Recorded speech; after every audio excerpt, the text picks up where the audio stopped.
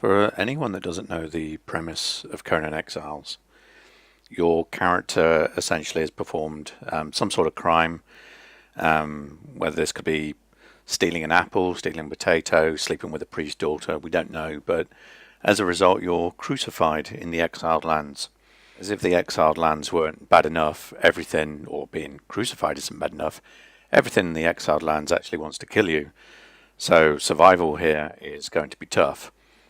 Conan comes along, he finds you crucified, decides it's an injustice. He cuts you down. It might have been kinder to leave you on the cross. And basically decides to go on his way. Doesn't offer you some company. I mean, who wants to hang with Conan anyway, right? So the object of the game is basically to survive. You start off naked. You have no tools, so you have to rummage around in grass and basically build some initial clothes from grass and reeds, craft a rudimentary axe from maybe a branch and some stones that are lying around. And you also find a character that has a water skin, so you know that water and eating is going to be a crucial aspect of your survival. To rot among the ruins of the past. So after you've built some rudimentary clothes, maybe forged an axe or something out of whatever you find lying around, because these are dangerous lands and pretty much everything chases you and wants to fight you, the first thing you need to do is basically establish a source of drinking water, and possibly a base. When I say base, basically a lean-to or at least some walls with a door that you can hide behind when a vicious animal comes past. From that point onwards, it's basically onwards and upwards. You have to expand your base, you improve your skill set, you can basically kill animals for furs and improve your clothing. You can basically build yourself a pickaxe and destroy rocks, and these rocks you can then forge into bricks, which you can then build up your base and maybe put a few barricades up and maybe protect yourself a little bit better. After a while your skill set improves. You figure out how to make better weapons, better clothing, maybe improve your architecture a little bit more, and then you start to explore the local area once you've figured out that you don't have to survive on insects and can carry water with you.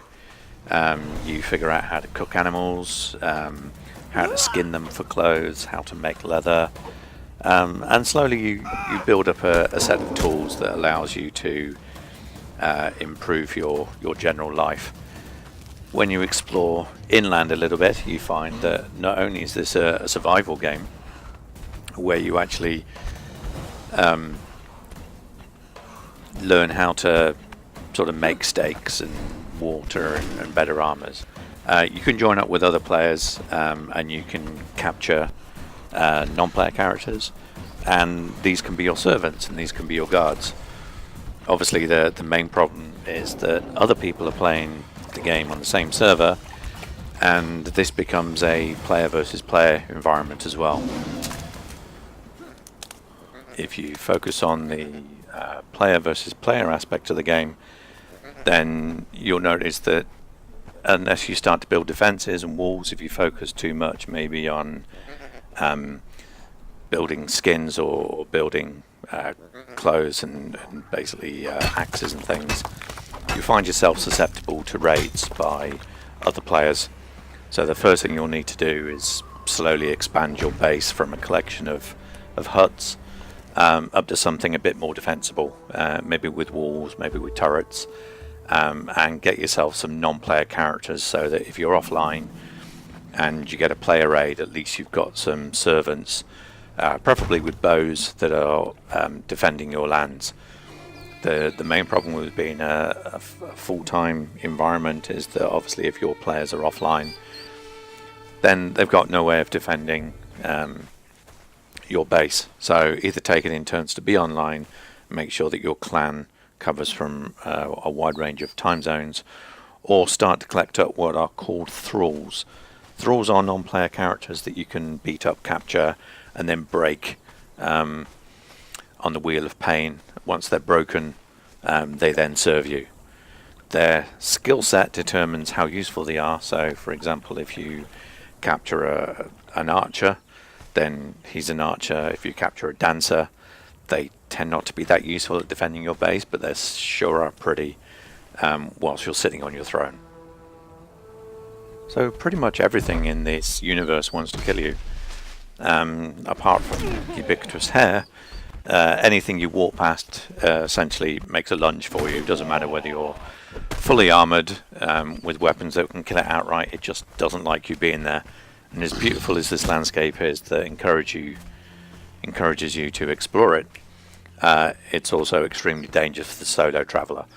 So if you do go exploring on your own, be prepared to spend an awful lot of time running, and if you see clues like potentially swimming around and you find loads of skulls at the bottom of the pool, then I would worry about what else is in the water with you.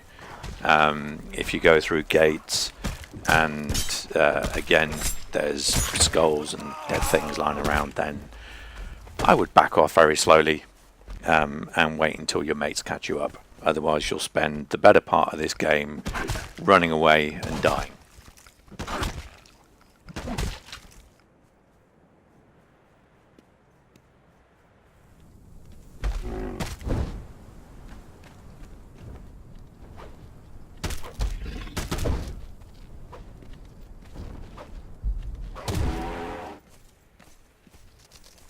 And without spoiling it for you, there is a rich tapestry of Hyboria lore that when you start exploring this world, an encounter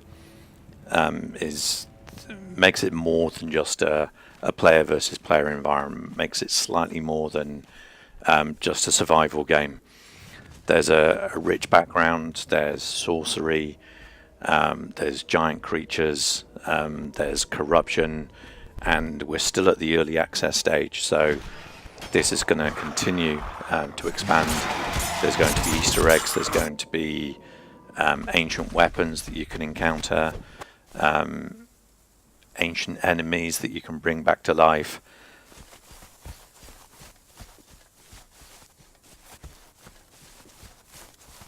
So the future is promising, and look out for more tutorial videos coming soon. Thanks.